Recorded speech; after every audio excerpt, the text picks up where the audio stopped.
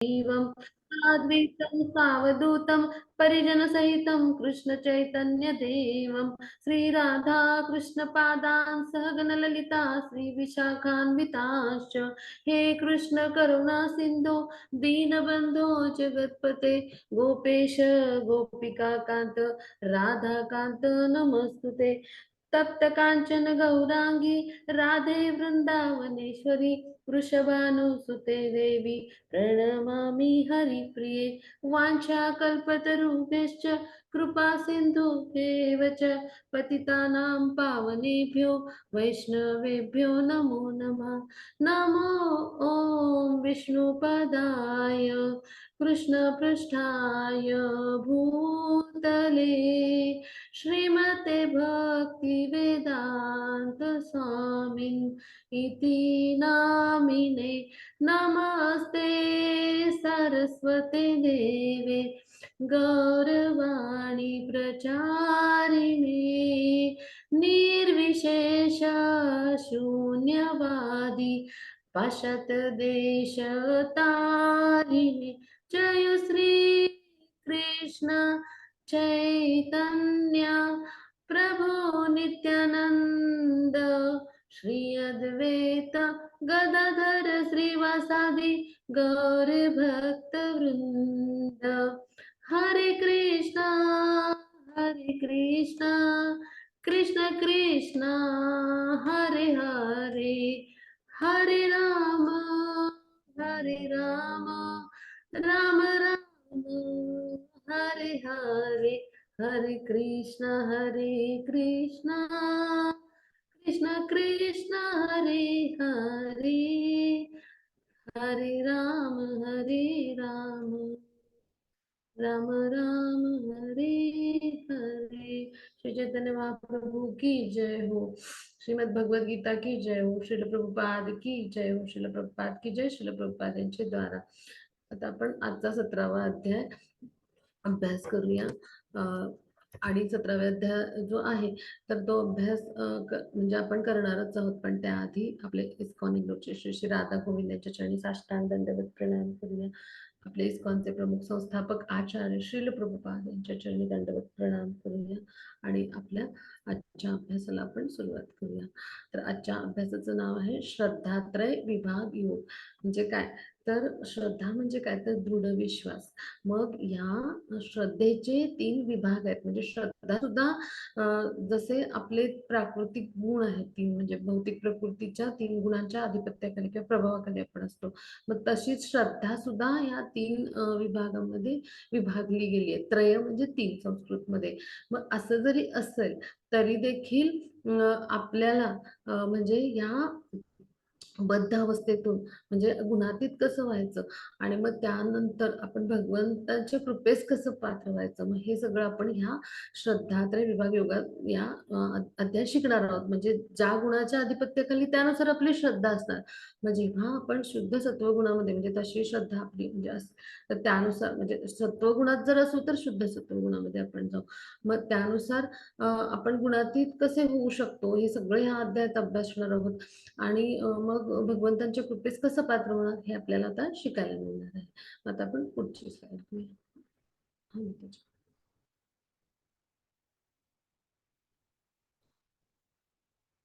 पहिला श्लोकावर डायरेक्ट घेतली तरी चालेल मग त्याच्या। हरे कृष्ण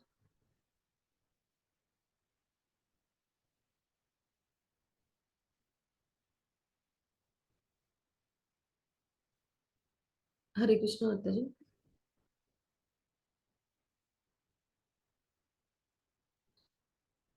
माझा आवाज ऐकू येतोय सर्वांना? हरे कृष्ण। हो माताजी येतोय। हा माताजी पहिल्या श्लोकावर आपण जाऊया। मी व्हिडिओ ऑफ करते आवाजाचा इश्यू असेल तर।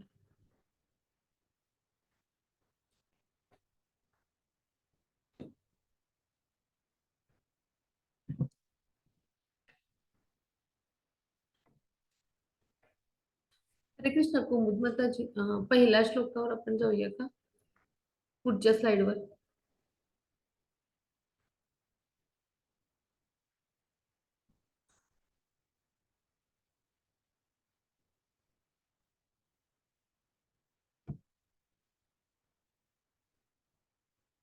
हरे कृष्णा.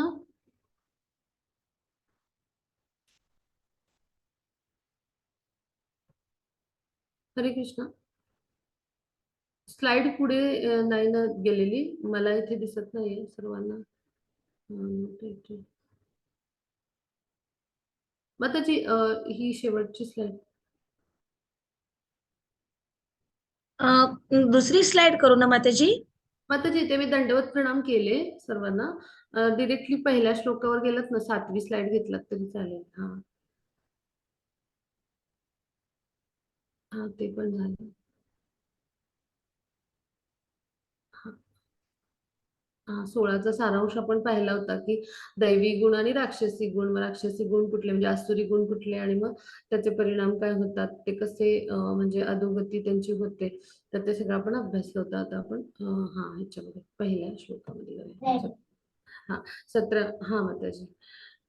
तर आता अर्जुन म्हणजे अनाधिकृत उपासनेबद्दल चौकशी करतात. म्हणजे जे श्रद्धावान मनुष्य आहेत, तर ते म्हणजे शास्त्रामध्ये उल्लेख नसलेली उपासना करतात, त्याबद्दल ती चौकशी आहे. मग श्रद्धा 3 पद्धतीची, श्रद्धा आणि उपासना 3 प्रकार, मग यज्ञ 3 प्रकारचे, तपस्या 3 प्रकारच्या, दान 3 प्रकारचं, आणि मग ओम तत्सत हा शब्द कशासाठी आलाय, तर दान, त्याग आणि तपस्या. तर हे सगळं परमात्म्याला अर्पण करण्यासाठी. तर त्याविषयीच आपण सगळं पाहणार आहोत. मग आता पहिल्या स्लाइडवर, 7 नंबरची स्लाइड मग त्याची. हा, 7. हा, ती स्लाइड. तो स्पॅगेटी मॉन्स्टर आहे ना, त्याची ती स्लाइड. हा, तीच एरो केलेली.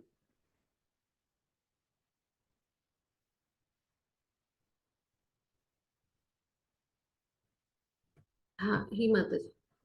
ही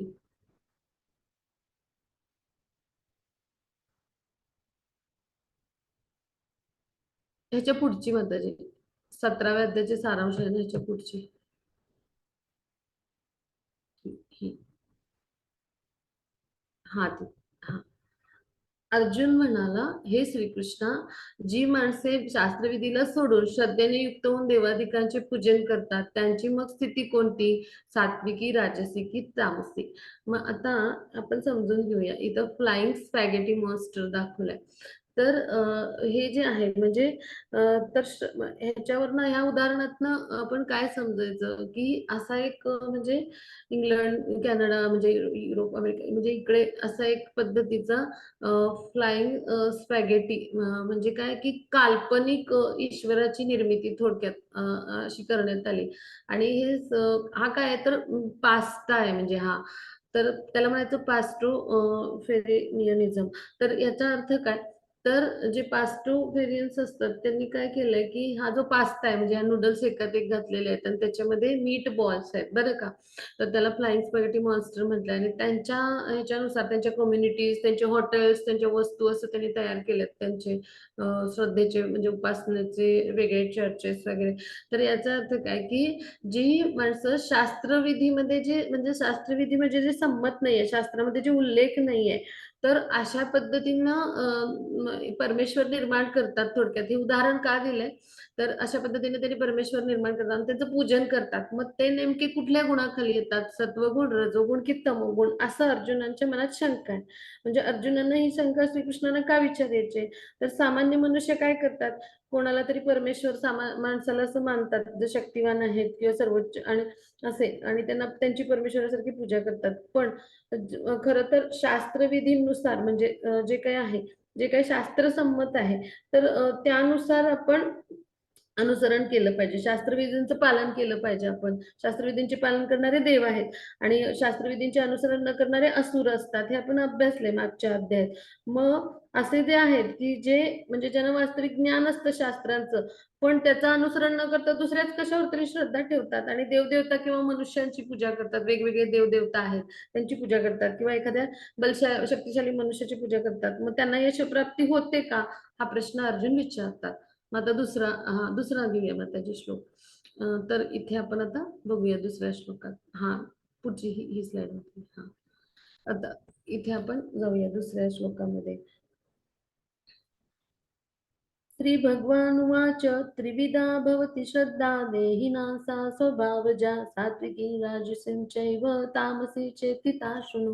म्हणजे इथे भगवान श्रीकृष्ण म्हणाले मनुष्यांची ती शास्त्रीय संस्कार नसलेली केवळ स्वभावता उत्पन्न झालेली श्रद्धा सात्विकी राजसी तामसी 3 प्रकारची असते. ती माझ्याकडून तो ऐकतात, माझ्याकडून ऐक. इथे पुन्हा भगवंत सांगतात म्हणजे भगवंतांच्याकडून ऐकणं म्हणजे मोठी गोष्ट आहे ना. भगवंतांशिवाय मोठी म्हणजे आपल्याला योग्य कोण सांगू शकेल, हो की नाही. मग शास्त्रीय संस्कार म्हणजे शास्त्र विधीनुसार आचरण जिथे केलं नाहीये, प्रमाणित आध्यात्मिक गुरु जे आहेत त्यांच्या मार्गदर्शनाखाली जर आपण संग नाही केलं तर काय होतं, तर म्हणजे विविध प्रकृतीचे जे गुण आहेत त्यानुसार आपल्याला विविध म्हणजे स्वभाव असतात. मग त्यानुसार सत्व रज तम या 3 गुणांमध्ये आपण स्थित असतो, म्हणजे ज्या जो गुण प्रबळ त्याखाली.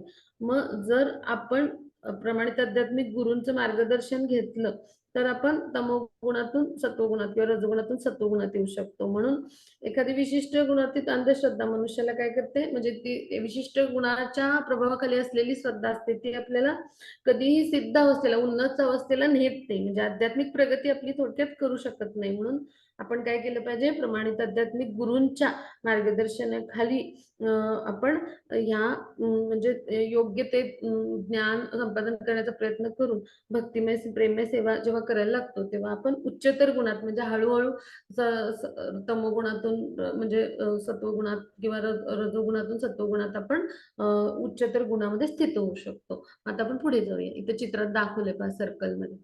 हा, सत्वानुरूपा सर्वस्य श्रद्धा भवति भारत श्रद्धामयोऽयं पुरुषो यो यच्छ्रद्ध स एव स.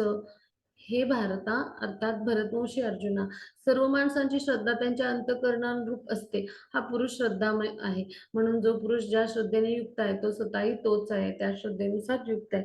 मग भगवंत काय म्हणतात की आता सांगतायत भगवंत अर्जुनला की खरं तर प्रत्येक जीव कसा आहे भगवंतांचा अंश आहे. आपण जीवात्मक अंश आहोत ना भगवंतांचे.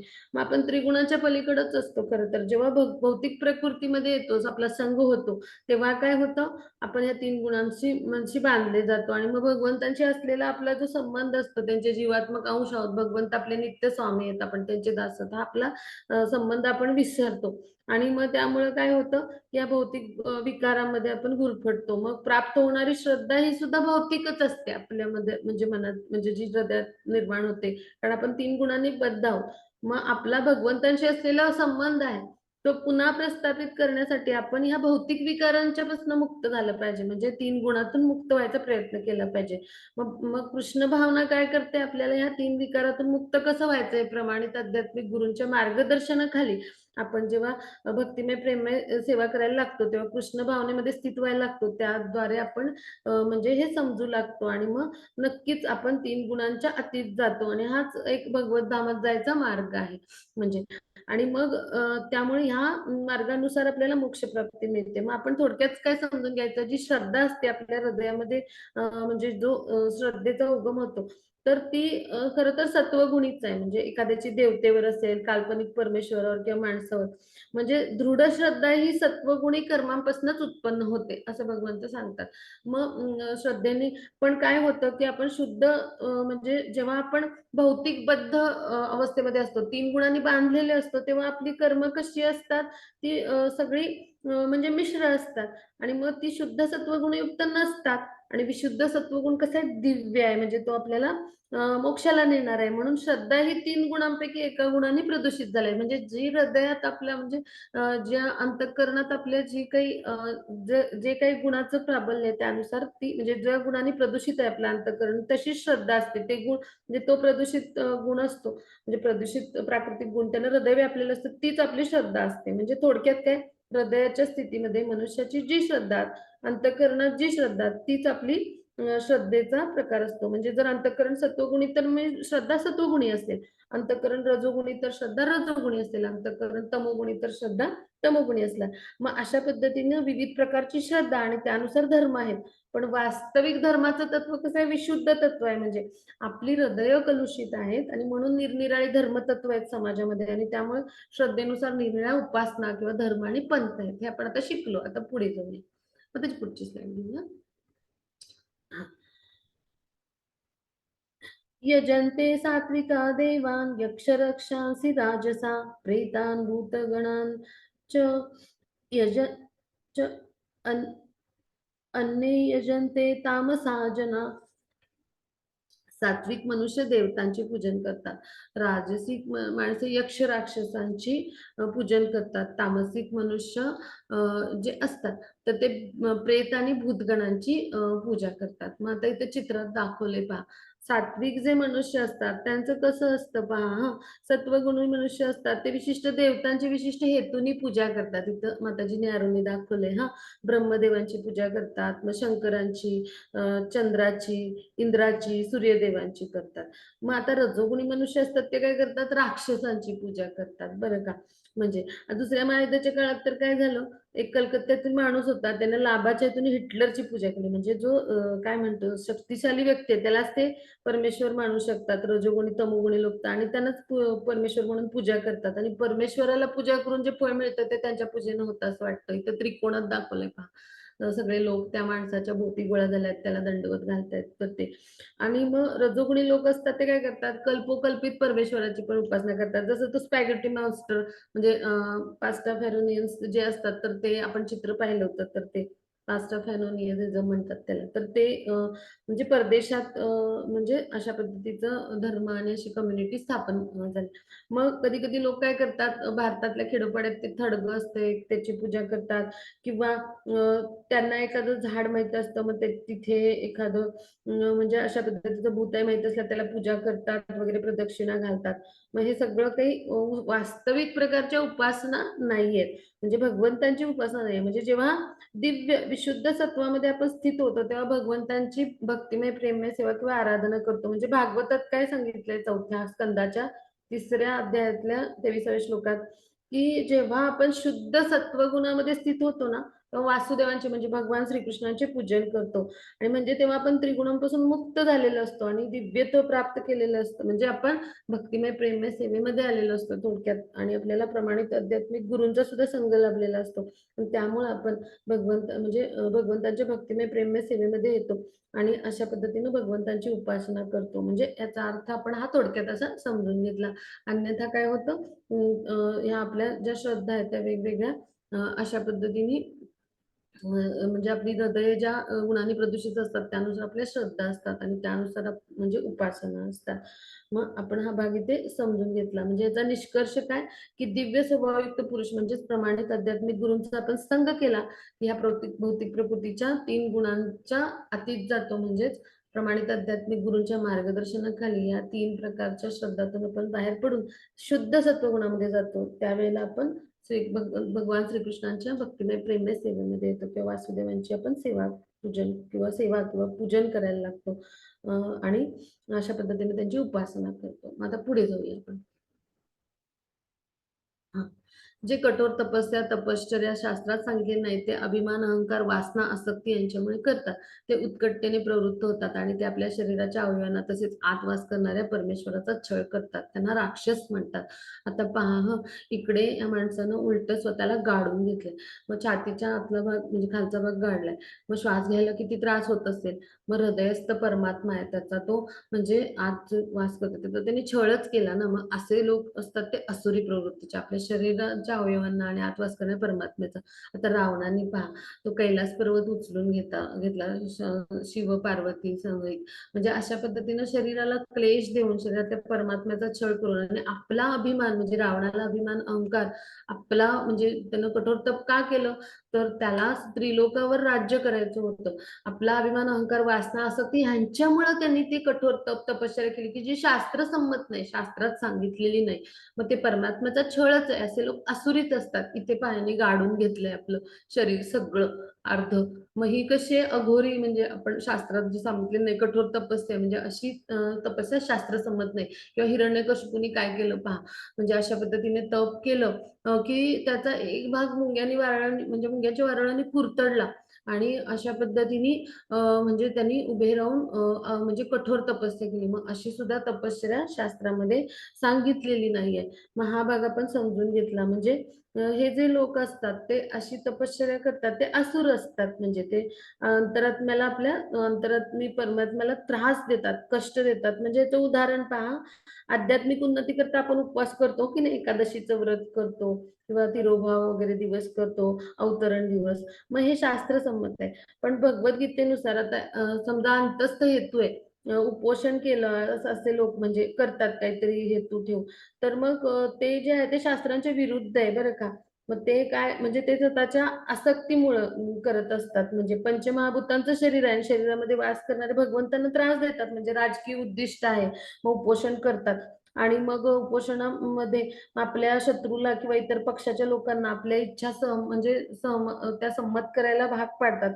मग हे शास्त्रसंमत सांगितलेलं नाहीये. म्हणजे असं जे तप आहे अनाधिकृत म्हटले, इतरांना किंवा स्वतःच्या अंतरातील अंतर्यामी म्हणजे जो परमात्मा आहे त्याला हे कष्ट किंवा क्लेश देणं आहे. म्हणजे अशा कृत्यांना भगवंतांनी कधीही संमती दिलेली नाही. म्हणजे असे कृत्य करणारे असुर असतात, ते भगवंतांचा अपमान करतात. आणि म्हणून आपण काय केलं पाहिजे, शास्त्रातल्या विधिविधानांचं पालन केलं पाहिजे.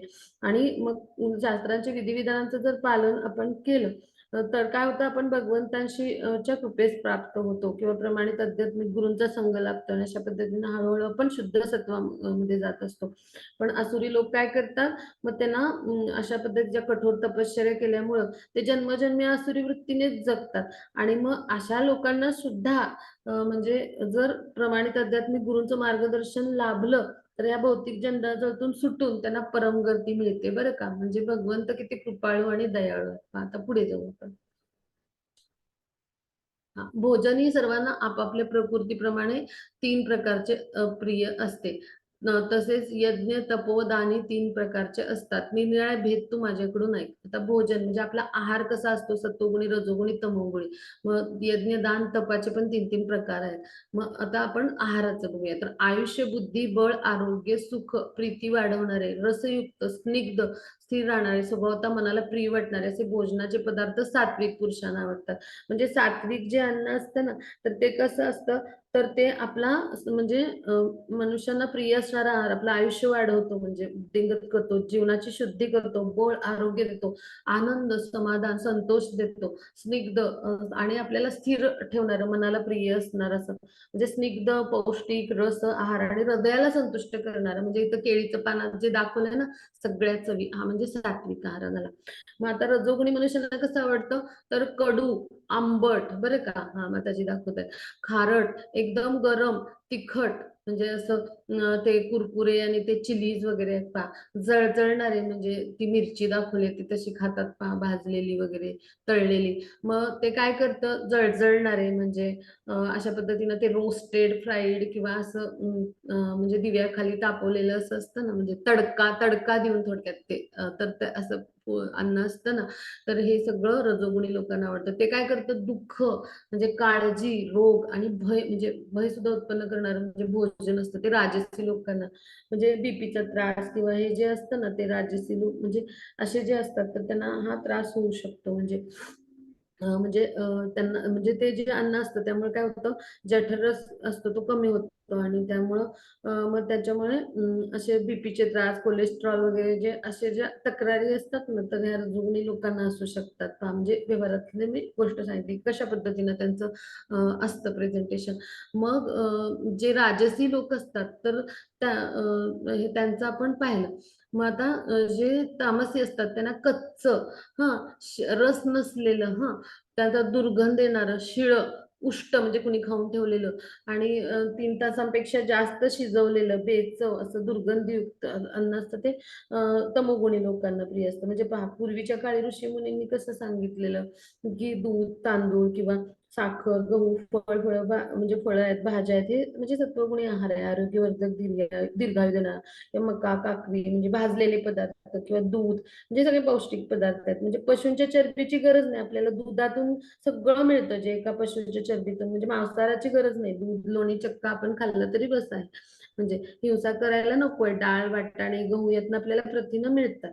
मग अशा पद्धतीनं भगवंतांना अर्पण केलेलं म्हणजे हे तमोगुणी अन्न कसं आहे, उष्ट, आणि 3 तासापेक्षा जास्त शिजवलं, मग हे तर पूर्णपणे म्हणजे तमोगुणी लोकांना तसं आवडतं, म्हणजे जे बराच वेळ फ्रीज मध्ये ठेवलेलं असतं, चीज पनीर असं बराच वेळ फळं कापून ठेवलेली असतात चित्रात दाखवले तसं, किंवा बराच वेळ ते म्हणजे कस्टर्ड किंवा पुडिंग असं करून ठेवतात, तर हे सगळं तमोगुणी अन्न आहे.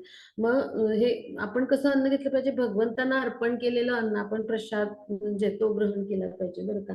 मग त्यानंतर आपण काय ग्रहण केलं पाहिजे, तर आपण आध्यात्मिक गुरूंचं किंवा साधूंचं उष्टान्न आपण ग्रहण करू शकतो, म्हणजे ते पवित्र मानलं जातं. नारद मुनींची आपण गोष्ट ऐकली आहे, ते साधूजनांचं उष्टान्न खाल्ल्यामुळे पहा पुढच्या जन्मी त्यांना म्हणजे अत्यंत म्हणजे ते असे भगवंतांचे ज्ञानी असे भक्त बनले.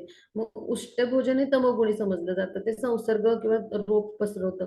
मग सत्वगुणी किंवा अशा लोकांना ते आवडत नाही. पण सर्वोत्तम अन्न काय, भगवंतांचा प्रसाद म्हणजे भगवंतांना अर्पण केलेलं अन्न आपण खाल्लं पाहिजे. तो दिव्य असतो, तो निर्जंतुक, खाण्यास योग्य आणि रुचकर असतो. मग आता आपण पुढे जाऊया पुढच्या स्लाइडवर. हा, मग जो शास्त्रविधीने नेमून दिलेला यज्ञ आहे तो म्हणजे आपण करणं आवश्यक आहे, म्हणजे मनाचं समाधान करून फळाची इच्छा न करणाऱ्या पुरुषांकडून केला जातो तो सात्विक. म्हणजे काय, तर आता याचा अर्थ आपण समजून घेऊया, की जो शास्त्रविधीमध्ये सांगितलं म्हणजे फळाची बिलकुल अपेक्षा नाही करायची, आपलं कर्तव्य कर्म म्हणून प्रिस्क्राईब ड्युटी म्हणून जो केला जातो तो यज्ञ म्हणजे सात्विक यज्ञ. म्हणजे आपण जप करतो ना, यज्ञानाम जप यज्ञोस्मी, म्हणजे आपण भगवंतांच्या संतुष्टीसाठी म्हणजे भगवंतांचं पवित्र नाम सतत घेतो, सतत भगवंतांचे स्मरण, नाही कधीही विस्मरण. तर मग त्यासाठी आपण भगवंतांच्या पवित्र नामाचा जप करतो, म्हणजे स्मरण भक्तीसाठी उदाहरण आहे किंवा नाम संकीर्तन यज्ञ किंवा सात्विक यज्ञ. मग मंदिरात कर्मकांड केलं जातं की नाही, मंदिरात जातो आपण भौतिक लाभाच्या दृष्टीने, आणि मग मंदिरात गेलो की आपण भगवंतांना फुलं नैवेद्य असं म्हणजे अर्पण करतो. पण त्या बदल्यात आपण काहीतरी, मला फ्लॅट चांगला मिळू दे, मुलगी चांगली मिळू दे, कोणाचं लग्न ठरायचं असेल तर असं, मग अशा पद्धतीनं नोकरी चांगली लागू दे असं, मग ह्यासाठी आपण नाही गेलं पाहिजे सकाम इच्छांनी आर्थिक लाभांसाठी. तर आपण भगवंतांना दंडवत प्रणाम करण्यासाठी, भगवंतांचं दर्शन घेण्यासाठी, अर्चविग्रह अवतारांच्या स्वरूपात असतात, गेलं पाहिजे. मग असं जेव्हा आपण जातो तर तेव्हा ते शास्त्रोक्त विधींचं पालन करून भगवंतांना म्हणजे प्रणाम करणं, दंडवत प्रणाम करणं हे आपलं कर्तव्य कर्म आहे. मग अशा पद्धतीचे जे सात्विक कृती असतात, तर म्हणजे जप करणं, भगवंतांच्या अर्चविग्रहाचं दर्शन, म्हणजे या सगळ्यांना सात्विक यज्ञ असं म्हटलंय. म्हणजे सात्विक यज्ञ म्हणजे खरं तर नामजप, पण ह्या सगळ्या सात्विक कृती आहेत की ते आपल्याला शुद्ध सत्वगुणामध्ये नेतात, की शास्त्राच्या विधी विधानानुसार आपण ह्या केल्या तर आपण शुद्ध सत्वामध्ये स्थिर होऊ शकतो थोडक्यात. मग आता पुढे जाऊया.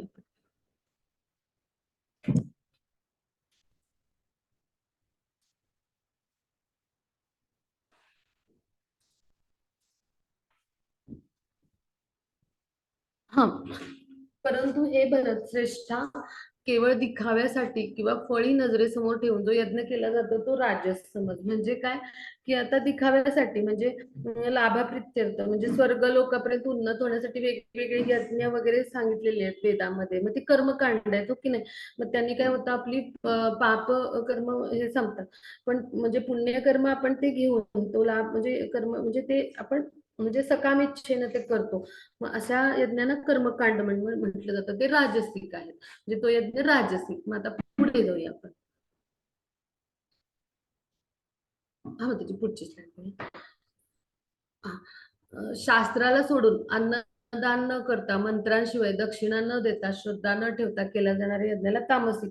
आता तामसिक श्रद्धा म्हणजे म्हणजे ती अश्रद्धाच असते बरं का.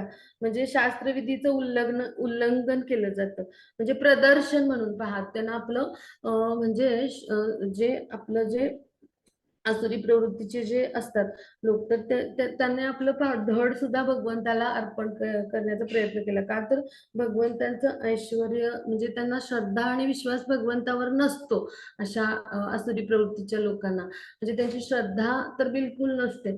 आणि मग शास्त्रांचं म्हणजे उल्लंघन करून अन्नदान, मंत्र नाही, पुरोहित दक्षिणा किंवा त्यांना दक्षिणा असं दान असं काही न देता, भगवंतावर श्रद्धा किंवा विश्वास न ठेवता केवळ स्वतःच्या स्वार्थासाठी जे म्हणजे असं स्वतःपित्यर्थ म्हणजे जे काही यज्ञ असा केला जातो आणि कुठल्याही वेळी तो केला म्हणजे बघा तिन्ही सांजेची वेळ अशी दाखवली तर तेव्हा तो आपलं धड वेगळं करून भगवंतांना अर्पण करायचा प्रयत्न करतो. तर ह्याला तामसिक प्रदर्शनच म्हणतात आणि आसुरी प्रवृत्तीचे हे लोक ते करतात अशा धार्मिकतेचं प्रदर्शन म्हणजे आणि मानव समाजाला त्याचा काहीही उपयोग होत नाही म्हणजे हे धनार्जनासाठी अशा देवतांची उपासना करत असतात. मग आता पुढे जाऊया आपण.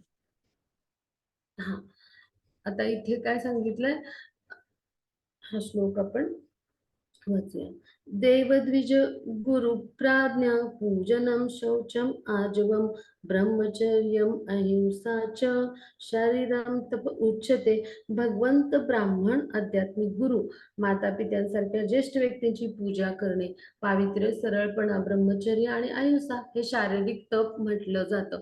आता पहा की भगवंत किंवा जे देवदेवता आहेत सगळे तर यांना म्हणजे गुरु किंवा जे ज्ञानी उच्च आध्यात्मिक अधिकार ज्यांचा आहे असे जे गुरु आहेत तर ह्यांना दंडवत प्रणाम किंवा वंदन करणं तर म्हणजे तर हे काय आहे आपल्या शरीराचं म्हणजे जे तप सांगितलेलं आहे तर त्याच्यामध्ये म्हणजे जो त्याचा सन्मान दिला पाहिजे आपलं जे शास्त्रसंमत आचरण आहे तर त्यामध्ये हे शास्त्रसंमत आचरण म्हणजे काय ह्या सगळ्यांना आपण वंदन केलं पाहिजे दंडवत प्रणाम हे शारीरिक तप झालं आपलं.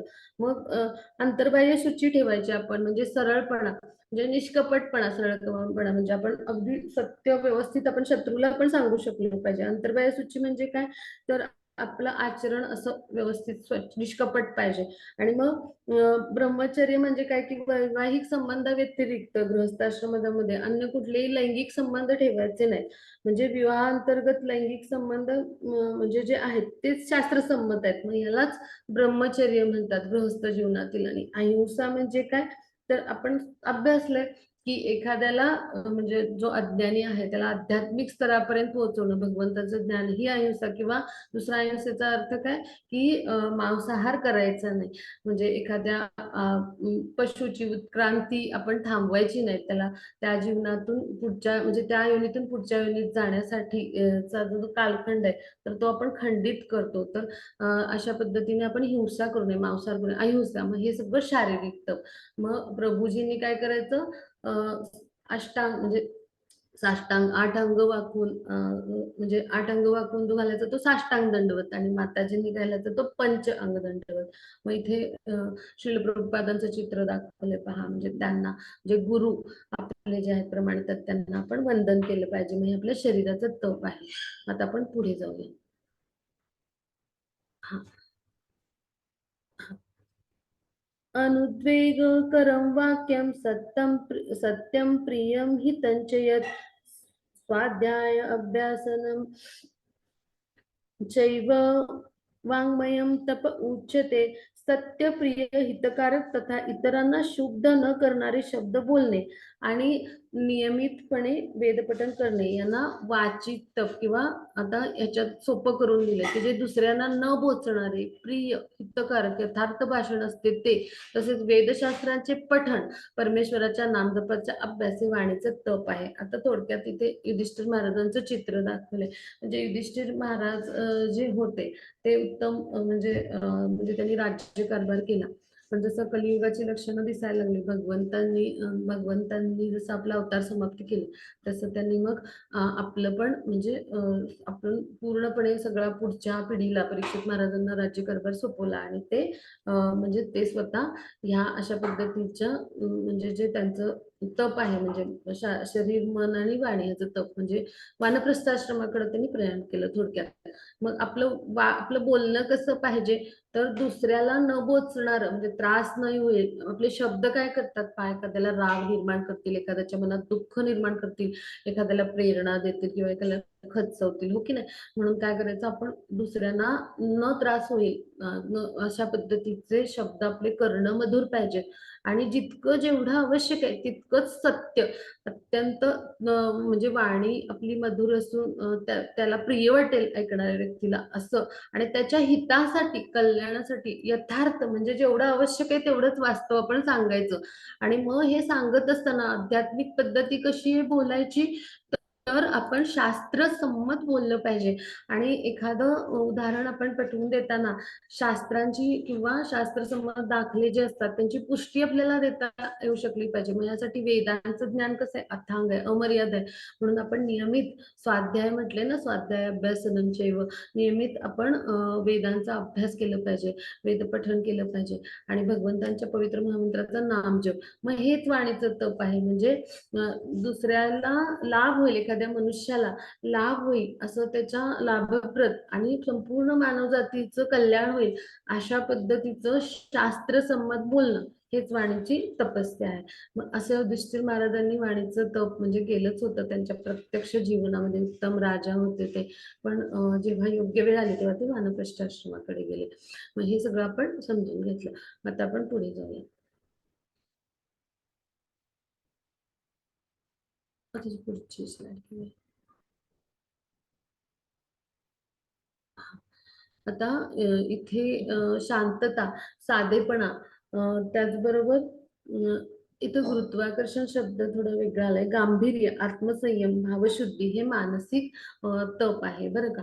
मग आता कसं मानसिक तप म्हणजे काय, की मनाला इंद्रिय तृप्तीपासून विरक्त करणे. म्हणजे जेव्हा हे शुकदेव गोस्वामी जे आहेत ते मातेच्या गर्भामध्ये 16 वर्षांपेक्षा जास्त काळ राहिले, आणि मग भगवंतांनी त्यांना जेव्हा मदत केली तेव्हा म्हणजे व्यासमुनींनी प्रार्थना केल्यावर ते जे पळत सुटले, म्हणजे त्यांच्या शरीरावर कपडे नव्हते, मग स्त्रिया तिथं तलावात नाहत वगैरे होत्या बरं का. म्हणजे आणि म्हणजे ही एक गोष्ट आहे.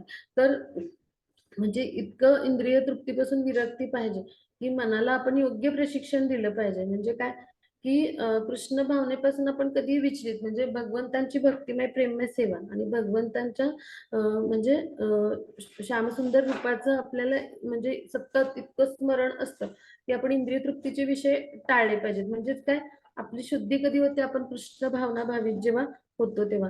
मग अशा पद्धतीनं आपलं जे मन आहे तर ते आपण म्हणजे कधी समाधानी होतच नसतं. म्हणजे ते वेगवेगळ्या इंद्रिय तृप्तीच्या विषयांचं चिंतन करत असतं. मनाचं काम काय, विचार करणे, त्याच्यामध्ये गतानुभवांचा साठा असतो, त्यामुळे एक विचारातून दुसऱ्या विचारात, जसं माकडासारखं मन एका फांदीवरून दुसऱ्या फांदीवर जात असतं. मग असं जे मन आहे तर ते जर आपण म्हणजे ह्याला सर्वोत्तम उपाय काय, तर असं मन जे आहे आपलं, तर ते भगवंतांच्या ज्या कथा आहेत, वेद पुराण महाभारत किंवा आनंदमय कथा म्हणजे तर हरिकथा आपण म्हणू, त्यामध्ये संलग्न करायचं. म्हणजे अशा पद्धतीनं मग वैदिक ज्ञानाचा लाभ घेऊन आपल्या मनाची कशी होते, शुद्धी होते. मग आपण दुटप्पी राहत नाही, म्हणजे ज्याला आपण स्प्लिट पर्सनॅलिटी म्हणतो ना. आणि सदैव इतरांचं हितचिंतन आपण केलं पाहिजे, चांगला विचार केला पाहिजे, म्हणजे शांत. आणि मग कसं आपण मौन बाळगलं पाहिजे, म्हणजे विचार केला पाहिजे, आत्मपरीक्षण अशा पद्धतीने. आणि मग कृष्ण भावना भावित व्यक्ती काय करतो, अशा पद्धतीचा त्याचा आत्मनियंत्रण असतं स्वतःवर, म्हणजे इंद्रिय संयमित असतात का, आणि अत्यंत सरळ असतो, व्यवहारामध्ये साधा असतो, विचार शुद्ध असतात, आणि मग त्याचं जीवन पण त्यामुळे शुद्ध होतं. म्हणजे ही शुद्धीकरणाची प्रक्रिया आहे, हो की नाही, कृष्ण भावना भावित होणं. म्हणजे मग ह्याला काय म्हटले, मानसिक तप म्हटले. मग आता पुढे जाऊ आपण. हा,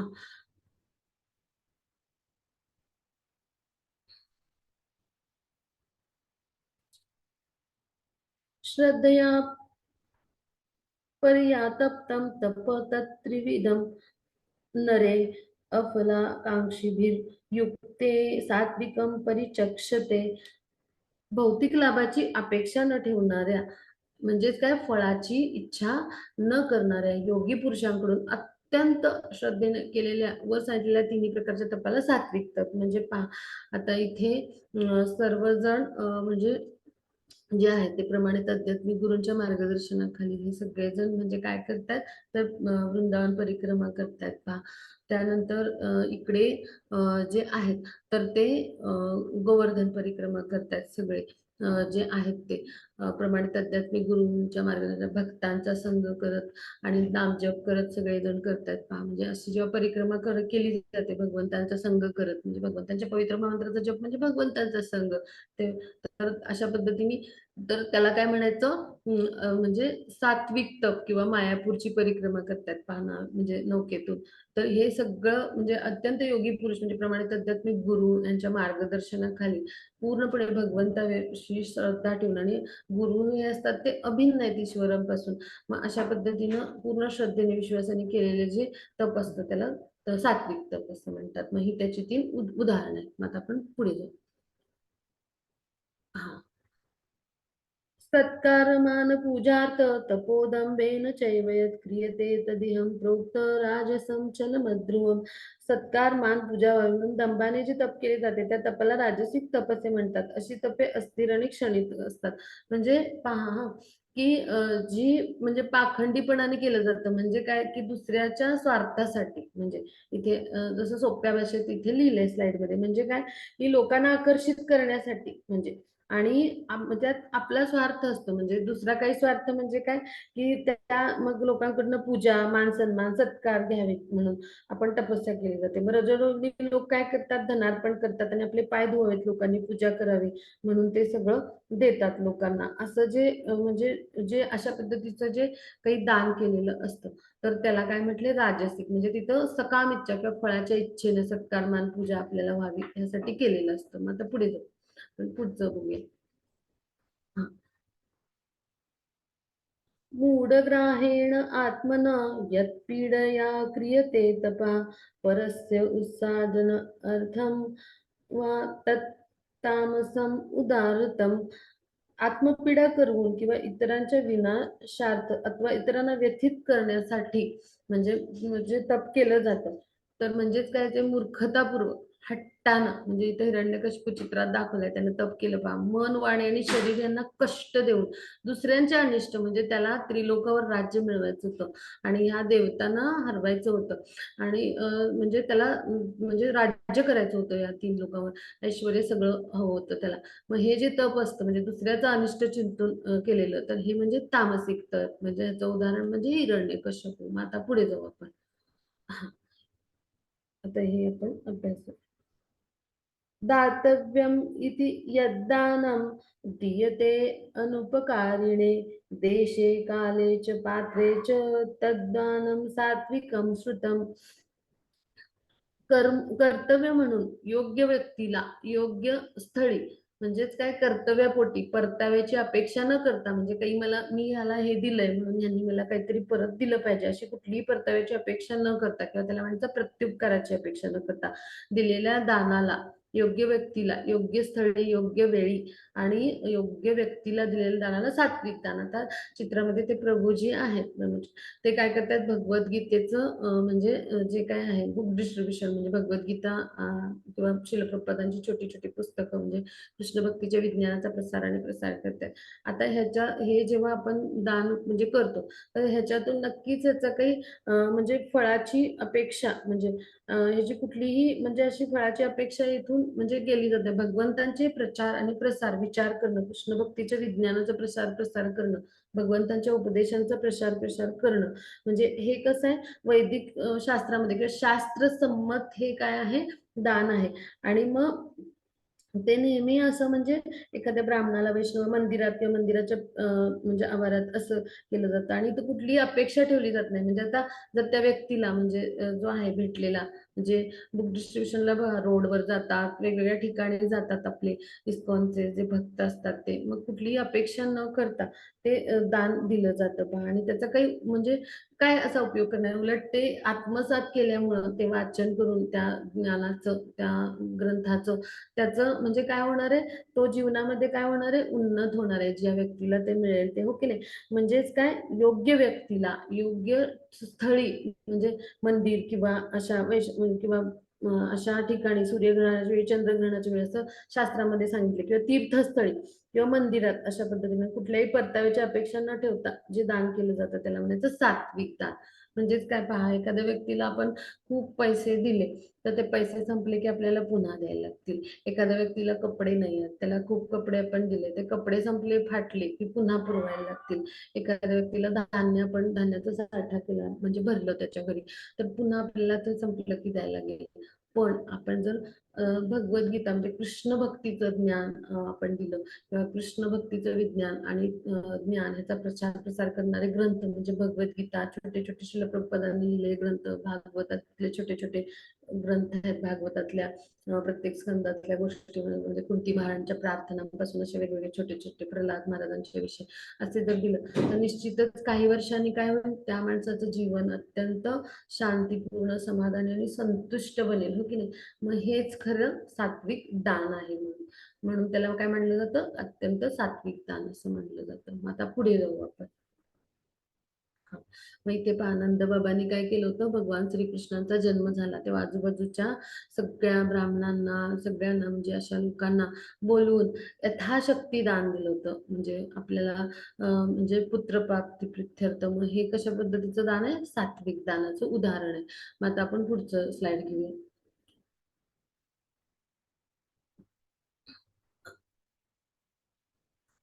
हा, यत्तु प्रत्युपकारार्थ फलम उद्देश्य वा पुनः फलम उद्देश्य वा पुन्हा दीयते च परिक्लिष्टम तद्दानम राजः संस्मृतम.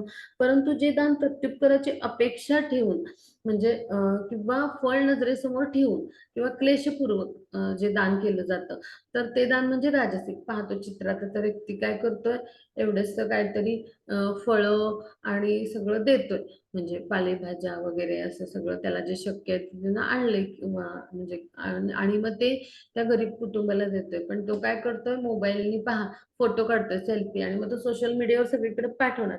म्हणजेच काय की स्वतःच्या म्हणजे अशी म्हणजे प्रसिद्धी स्वतःची तो करतोय, म्हणजेच काय इंद्रिय तृप्ती करतोय. मग अशा ज्या धर्मादाय संस्था आहेत किंवा असे जे करतात, सगळे मिळून जातात आणि एक म्हणजे फळं दिले, फळं एक डझन बरंच असतात, पण त्या म्हणजे वेगवेगळ्या हॉस्पिटलला फळं वाटप करतात, पहा वेगवेगळ्या ठिकाणी धर्मादाय संस्था अशा पद्धतीच्या वस्तूंचं वाटप करतात. मग ते हे दान म्हणजे वेदसंमत किंवा शास्त्रसंमत नाही, म्हणजे सात्विक दानच शास्त्रसंमत नाही. नाहीतर हे सगळं कसं आहे, इंद्रिय तृप्तीच्या म्हणजे साठी किंवा कधी कधी म्हणजे हे स्वर्ग लोकांपर्यंत उन्नत होण्यासाठी महत्प्रयासानं म्हणजे क्लेश करून, म्हणजे तुम्ही सांगितलं म्हणून दिलं, तुमच्या विनंतीला शब्दाला मान देऊन अशा पद्धतीचं दिलं, म्हणजे सकाम इच्छाने हे अशा पद्धतीनं बद्ध किंवा बाध्य असतं असं, अशा पद्धतीचं म्हणजे इंद्रिय तृप्तीच केली जाते. मग असं जे दान आहे ते वेदसंमत नसतं. मग आता पुढे जाऊ आपण.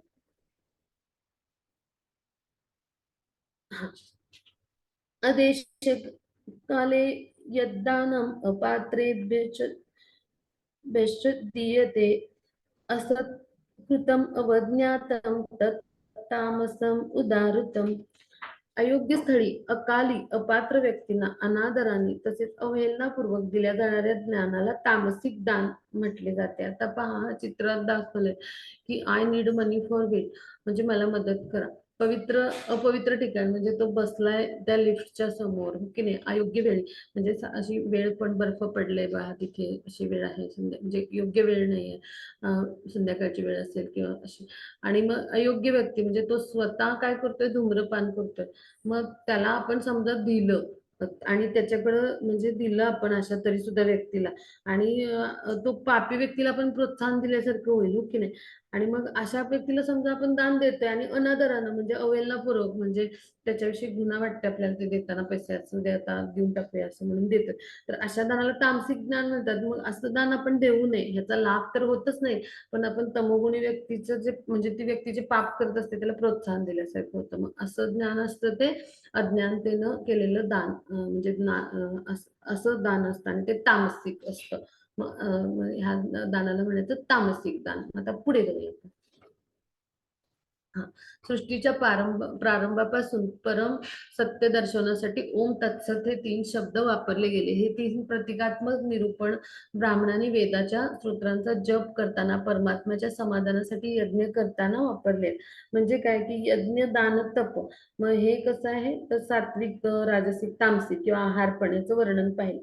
मग आता ओम तत्सत हे शब्द आहेत ना, तर त्यांचा उपयोग भगवान पुरुषोत्तम म्हणजे भगवान श्रीकृष्ण आहेत ना, तर त्यांना म्हणजे त्यांना निर्देश करतात. वैदिक मंत्रामध्ये ओंकार नेहमी आढळतो ना, मग ते त्यासाठी आहे. म्हणजेच काय त्याचा निष्कर्ष काय आहे तर हे ओम तत्सत हे 3 शब्द आहेत, तर ते भगवंतांच्या पवित्र नामासोबत ओम तत् विष्णू म्हणजे वैदिक मंत्र जे आहेत त्या नामाच्या पूर्वी म्हणजे भगवंताच्या पवित्र नामावर ओम उच्चारला जातो. म्हणजे वेदांचा तो निर्देशक आहे. म्हणजे ओम तत्सत कशासाठी आहे तर भगवंता प्रित्यर्थ आहे. थोडक्यात भगवंतांना आपण हे सगळं ओम तत्सत या 3 शब्दांचं उच्चारण करून तप दान यज्ञ करतो, तेव्हा ते कर्म कसं होतं कृष्ण भावना भावित होतं. आणि म्हणून ती पद्धत होती ब्राह्मणांनी ते म्हणजे प्रतिकात्मक निरूपण म्हणून अशा पद्धतीनं वापरायला सुरुवात केली. म्हणजे कृष्ण भावना म्हणजे कसं आहे हा दिव्य असं कर्म आहे, हो की नाही. म्हणजे आणि मग ते कर्म कसं आहे हा म्हणजे भगवत भक्तीचं हे विज्ञान आहे, म्हणून याला वैज्ञानिक विधी म्हटलंय. आणि हे केल्यामुळे काय होतं कृष्ण भावनाभावित कर्म केल्यामुळे आपण भगवत धामी परत जातो, स्वगृही परत जातो. मग असं दैवी कर्म केल्यामुळे आपली कुठले नुकसान किंवा हानी होत नाही. मग असं जे कर्म आहे तर तिथे ओम तत्सत हे शब्द वापरले जातात. मग आता आपण पुढे जाऊया. हा, हेच इथे दाखवलंय म्हणजे हे वेगवेगळे यज्ञ सिद्ध करताना कशा पद्धतीने म्हणजे ओम तत्सत हे शब्द वापरले होते. म्हणजे ऋग्वेदामध्ये याचं वर्णन आहे. विष्णूंचे चरण कमळ म्हणजे भक्तियोगाचं सार आहे. मग भगवंता प्रित्यर्थ सगळी कर्म केली आणि त्यांना अर्पण केली, त्यासाठी ओम तत्सत हा शब्द वापरला होता. आता आपण पुढे जाऊ. अशा प्रकारे परमात्मा प्राप्त करण्यासाठी दिव्य लोक त्याग दान तपस्या करतात, नेहमी ओमने सुरुवात करतात. तर मग इथे आता हा शब्द सांगितलाय ओम इति एतद ब्रह्मणो नेदिष्टहम नाम. पहिले ध्येय म्हणजे सूचित करते ओम म्हणजे विष्णू म्हणजे विष्णूच्या संतुष्टीसाठी. म्हणजे अशा पद्धतीने आपण जे काही वैदिक म्हणजे जे काही स्तोत्र आहेत तर त्यांच्या सुरुवातीला ओम हा शब्द वापरला. म्हणजे भगवान विष्णू तर त्यांच्या संतुष्टीसाठी आपण हे कर्म करतो. म्हणजे ती कृष्ण भावना भावित कर्म आपण करत असतो. आता आपण पुढे जाऊ. तत् या शब्दाने काय सांगितलं जातं त्याग तपस्या आणि दान. आणि मग दिव्य क्रियांचा उद्देश काय भौतिक गुंतागुंत म्हणजे भौतिक प्रकृतीच्या 3 गुणांतून म्हणजे या जंजाळातून मुक्त होणे. तत्त्वम असी म्हणजे छांदोग्य उपनिषद जे आहे तर त्याच्यामध्ये हे शब्द आले तत्त्वम असे. म्हणजे तर हे कशाचं सूचक आहे म्हणजे पहिला आपण ऋग्वेदातलं पाहिलं होतं ना ओम इत्तेद म्हणजे ओम इत्तेद निर्दिष्टम नाम म्हणजे ऋग्वेदातल्या प्रथम लक्षाचं. मग दुसरं लक्ष काय आहे आपलं तर तत्वमसी. आणि मग तिसरं म्हणजे काय आहे तर तत् म्हणजे काय तर त्याचा अर्थ मुक्तीसाठी. म्हणजे आपण ही सगळी आपली भौतिक जे 3 गुण आहेत त्या 3 गुणांमधून आपण म्हणजे मुक्त झालं पाहिजे. म्हणजे 3 गुणांच्या बंधनातून मुक्त होण्यासाठी म्हणजे हे जे आपण अर्पण करतोय भगवंतांना सगळं त्याचं ते वर्णन आहे. म्हणजे ह्या सगळ्या म्हणजे ज्या क्रियाकलाप म्हणजे हे परिणाम होते भौतिक परिणामांकडे दुर्लक्ष करून केले जातात. म्हणजेच काही कृष्ण कर्म केलं जातं आणि यासाठी तत् हे शब्द वापरले जातात. आणि मग त्याचा हे दाखले म्हणजे दिलेले आहेत छांदोग्य उपनिषदातून आणि ऋग्वेदातून. मग आपण ते अभ्यासले. आता पुढे जाऊ. सत या परमात्म्याच्या नावाचा सत्य भावात आणि श्रेष्ठ भावात प्रयोग केला जातो. तसेच हे पार्था पृथापुत्र अर्जुन. पार्थ म्हणजे पृथा म्हणजे कुंती मातेचं नाव. पृथापुत्र कोण आहेत अर्जुन म्हणून पार्था. उत्तम कर्माचे सत म्हणजे सत्संग म्हणजेच काय चांगलं कर्म किंवा भगवंतांचे जिथे विचार असतात हो की नाही तर सत्संग सतचा संघ असं म्हणजे चांगल्या कर्म जे आहे तर त्यासाठी पण उत्तम कर्म तर सथा शब्द वापरला जातो. सथा शब्द परमात्म्याला म्हणजे सत्संग म्हणजे काय जिथे भगवान आणि भगवंतांचे विचार म्हणजे परमात्म्याचे विचार. आणि सत्य भावात आणि श्रेष्ठ भावात असं का म्हटलेलं आहे तर भगवंतांशिवाय श्रेष्ठ कोण आहे हो की नाही. सद्भावे साधू भावे म्हणजे कृष्ण भावना भावित कर्म आपण करतोय त्याद्वारे. आणि मग ते म्हणजे ह्या कर्माचं पूर्णपणे ज्ञान कोणाला असतं तर कृष्ण भावना भावित व्यक्तीला म्हणजे. आणि म्हणून मग ते कसं आहे तर यज्ञ दान तप हे आपलं म्हणजे भगवंतावर पूर्ण दृढ विश्वास आणि श्रद्धा, म्हणजे त्याला आस्तिक बुद्धी, मग तिला पण सत म्हटलं जातं. म्हणजे सतचे किती अर्थ आहेत पहा. आणि मग परमात्म्यासाठी केलेलं कर्म म्हणजे दृढ श्रद्धेनं विश्वासानं केलेलं कर्म असतं त्याला म्हणायचं सत.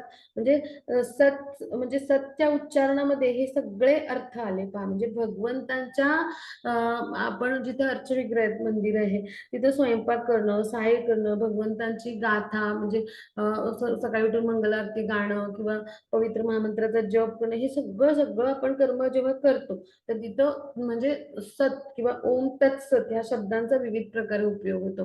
म्हणजेच काय, हे सगळं सगळं परमात्म्यासाठी अत्यंत दृढ श्रद्धेने, विश्वासाने, निश्चयाने केलं जातं, म्हणून तिथं सत हा शब्द वापरतात.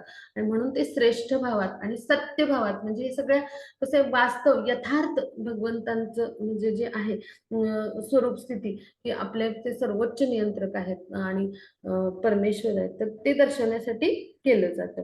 म्हणजे हे सगळं आपल्याला यातून वेदामध्ये हे सांगण्यात आलं, की म्हणजे अशा पद्धतीनं नियत कर्तव्य करत असताना आपण अंतिम मोक्ष प्राप्तीपर्यंत कसे पोहोचतो, तर या सगळ्या वैदिक म्हणजे एक कर्तव्य कर्म करत असताना ओम तत्सत ह्या मंत्राचं आपण उच्चारण केलं पाहिजे. मग आता आपण आपलं खरं आध्यात्मिक स्वरूप म्हणजे काय, स्वरूप स्थिती म्हणजे काय, तर सत म्हणजे शाश्वत परमेश्वराच्या सेवेसाठी, भक्तिमय प्रेममय सेवेसाठी केलेलं कर्म. म्हणजे दुःखी एवं सौम्य, म्हणजे ह्याचा पण अर्थ छांदोग्य उपनिषदामध्ये सांगितलेला आहे पहा. म्हणजेच काय, की आपण ह्या सगळ्या भौतिक जंजाळातून मुक्त होऊन खरं आध्यात्मिक स्वरूप स्थितीला भगवंतांच्या जाणून घ्यायचं. म्हणजे भगवंत आपले नित्य स्वामी आहेत आणि मग आपण त्यांचे नित्य दास आहोत. मग हेच खरं आध्यात्मिक स्वरूप आहे आपलं. आणि अशा कृती करत असताना त्या कृती शाश्वत म्हणजे ज्या आहेत त्या बनल्या पाहिजेत. यासाठी ओम तत्सत म्हणलं, म्हणजे शाश्वत त्याचे परिणाम असतात आणि त्या परिणामांचे फायदे पण शाश्वत असतात. म्हणजेच काय, ते कृष्ण कर्म होतं, कृष्ण भावनाभावित कर्म होतं, की ज्याचा आपल्याला निश्चितच फायदा होतो, ज्यामुळे आपल्याला भगवंतावर श्रद्धा आहे ती आपली आपण व्यक्त करतो आणि प्रमाणित आध्यात्मिक गुरूंच्या मार्गदर्शनाखाली आपण कृष्ण भावना भावितून कर्म करतो. तेच म्हणजे हे सगळं शाश्वत कर्म. मग हे सगळं म्हणजे सत या शब्दामुळे दाखवलं जातं. म्हणजे परमेश्वराची भक्तिमय प्रेममय सेवा, कृष्ण भावनाभावित कर्म. आता पुढे जाऊ.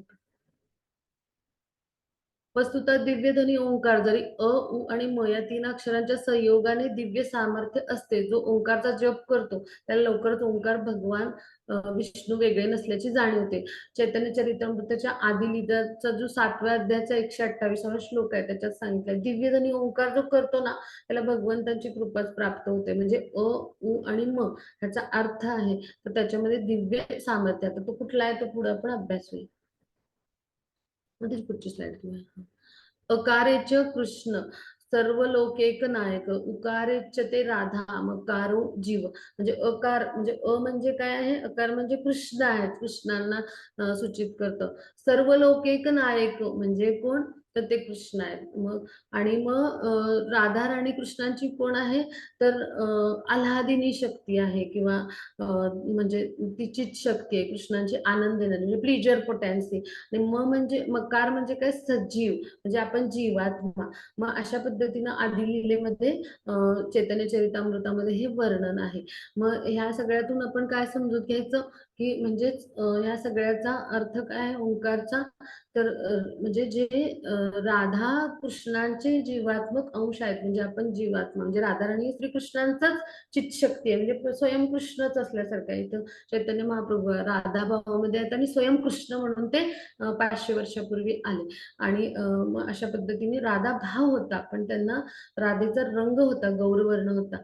आणि पण त्यांनी म्हणजे भक्तिरस टाकण्यासाठी ते आले, म्हणजे भगवंतांची भक्तिमय प्रेममय सेवा कशी, म्हणजे राधा ने कसे सर्वश्रेष्ठ भक्त आहेत भगवंतांच्या, तर त्या पद्धतीनं तो भक्तिरस टाकण्यासाठी स्वयं कृष्णांना हा भक्तिरस अनुभवायचा होता आणि त्यासाठी त्यांनी तो म्हणजे स्वतः कृष्ण ते म्हणून आले. तर तसं मग जीव म्हणजे काय, भगवंतांचे जीवात्मक अंश आहोत आपण. मग हे ओंकार ध्वनीतून सगळं सूचित करतं. आता आपण पुढे जाऊ. हे पार्था अर्थात प्रतापुत्र अर्जुन, म्हणजे अर्जुनाला कुंतीचे पुत्र आहेत ते म्हणून पार्था म्हटले. श्रद्धेशिवाय केलेलं हवन, दिलेलं दान, केलेलं तप म्हणजे जे काही आहे म्हणजे जे काही केलेलं शुभ कार्य असेल ते सर्व असत म्हटलं जातं. त्यामुळे ते ना इहलोकात फलदायी होतं ना परलोकात. आता हा शेवटचा श्लोक म्हणजे काय, की आपण भगवंतावर श्रद्धाच ठेवली नाही म्हणजे भगवंताविषयी आपल्याला म्हणजे श्रद्धा नसेल किंवा विश्वास नसेल आणि मग अशी जी कर्म असतात म्हणजे दिव्य उद्दिष्ट यज्ञ केलं, दान केलं, तप केलं तर ती सगळी व्यर्थ ठरतात म्हणजे निंदे ठरतात. म्हणजे कृष्ण भावनाभाव होऊन आपण जर कर्म केली तर ती कशी असतात, भगवंतांच्या कृपेस आपल्याला आपण पात्र होतो किंवा श्रीकृष्णांना जाणणं हेच वेदांचा उद्देश आहे आणि त्यासाठी यज्ञ, दान, तप हे गृहस्थाश्रमातले कर्तव्य. मग हे केल्यामुळे काय होतं, आपले आध्यात्मिक स्तरावर आपण उन्नत होत असतो. कारण प्रमाणित आध्यात्मिक गुरूंच्या मार्गदर्शनाखाली हे आपण कृष्ण भावनाभावित कर्म म्हणजे यज्ञ, दान, तप आणि ते विष्णूंच्या संतुष्टीसाठी म्हणून ओम तत्सतचा उल्लेख करू. पण श्रद्धाच नसेल, भगवंतावर पूर्ण विश्वास नसेल, दृढ विश्वास नसेल, भगवंतच सर्वोच्च हे तर काय परम परमेश्वर आहे आणि आपल्या जीवनाचं उद्दिष्ट काय आहे तर श्रीकृष्णाला जाणणं, श्रीकृष्णांची स्वरूपस्थिती जाणणं आणि आपली स्वरूपस्थिती त्यामुळे समजून घेणं.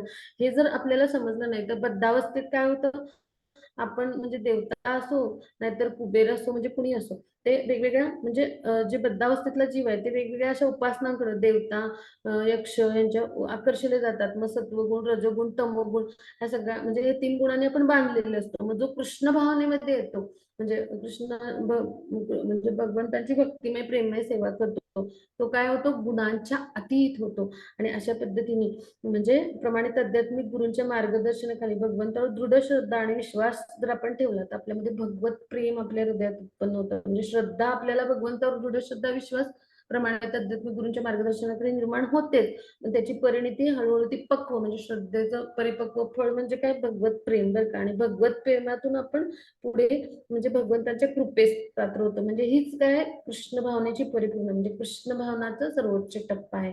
मग असं जे नसतं म्हणजे असं जिथं नसतं, श्रद्धा नसते, विश्वास नसते, सगळे असत निंदनीय कृती आहेत, मग त्यांना न इह लोकात न परलोकात स्थान मिळतं. म्हणजे त्यांना म्हणजे असं जे म्हणजे असे जे लोक असतात त्यांना श्रद्धेविना कुठलंही म्हणजे योग्य प्रमाणित आध्यात्मिक गुरु असतात त्यांच्या मार्गदर्शनाविना केलेलं कुठलंही कार्य त्याची काहीच फलप्राप्ती थोडक्यात होत नाही. त्यामुळे त्यांना कुठे स्थान मिळत नाही.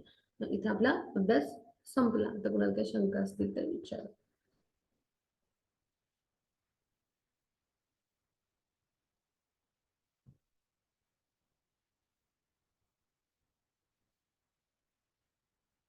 खूप खूप कृतज्ञता माताजी, आज तुमच्यामुळे शक्य होऊ शकलं. रेकॉर्डिंग स्टॉप केली चालेल. माताजी शेअरिंग स्क्रीन शेअरिंग स्टॉप करू माताजी. हा करा ना आणि रेकॉर्डिंग पण स्टॉप करूया. थँक्यू माताजी.